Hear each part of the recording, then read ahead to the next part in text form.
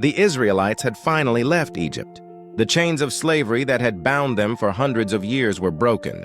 Children woke up to a peaceful morning where the sharp crack of the taskmaster's whip no longer disturbed their sleep. However, the overwhelming joy of freedom did not last as long as they had hoped. As their steps took them further away from Egypt, the reality they faced was cold and harsh. Instead of the promised land flowing with milk and honey, an endless dusty wind and a desolate wilderness awaited them. By day, the scorching sun weighed heavy on their heads, making it hard to even breathe. By night, a bone-chilling wind wrapped around their bodies. There was no water in sight, and the sacks of food they had hurriedly packed were becoming thinner by the day. As anxiety set in, complaints began to spread like poison among the people. "Why did you bring us out to this wretched place? We would have been better off staying in Egypt. At least slaves don't starve." It is strange, isn't it? When the body suffers, the pain of slavery fades from memory, and only the memories of eating bread and meat by the pots of Egypt are beautifully idealized. In the moment when immediate hunger felt greater than noble freedom, human hearts collapsed all too easily. The resentful eyes of the people turned to their leader, Moses. Even though they had seen God part the Red Sea, the harsh reality before their eyes was enough to bury the memory of that miracle. Do you think Moses wasn't afraid? As a human, he too must have felt lonely and shaken. But instead of arguing with the people, he quietly fell to his knees before God. That was the weight of his leadership. And God answered in a completely unexpected way. In the middle of that wilderness, he rained down food from heaven like white snowflakes, manna. But God gave them a unique rule. Gather only enough for one day. Do not hoard it.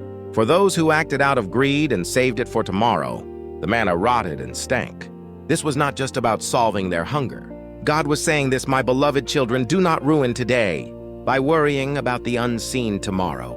Learn to be content with the grace given for today and learn to trust me."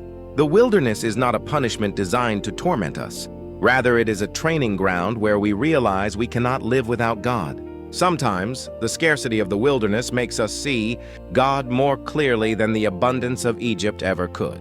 This story mirrors our lives today so closely. Have you ever prayed earnestly and received an answer, only to find the situation getting more complicated? We think everything will be solved once we get that job, get married, or recover from illness. But when another wilderness unfolds, we are easily disappointed. But please remember, God never leaves us alone even after He has saved us. He wants to teach us that a life of trusting God is more important than a life of comfort. The wilderness is not a place where God is silent.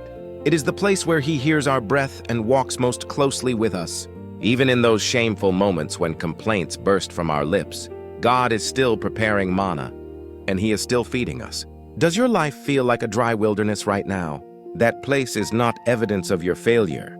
It is the proof that God is refining you into a most beautiful gem. God, who gave us freedom, does not leave us without taking responsibility, because He is the faithful one who surely makes a way, even in the wilderness. In the next story, we will face the frailty of the human heart, revealed in this barren land, and the amazing patience of God that never gives up on us. May you have a blessed day, dwelling in the peace that His word gives.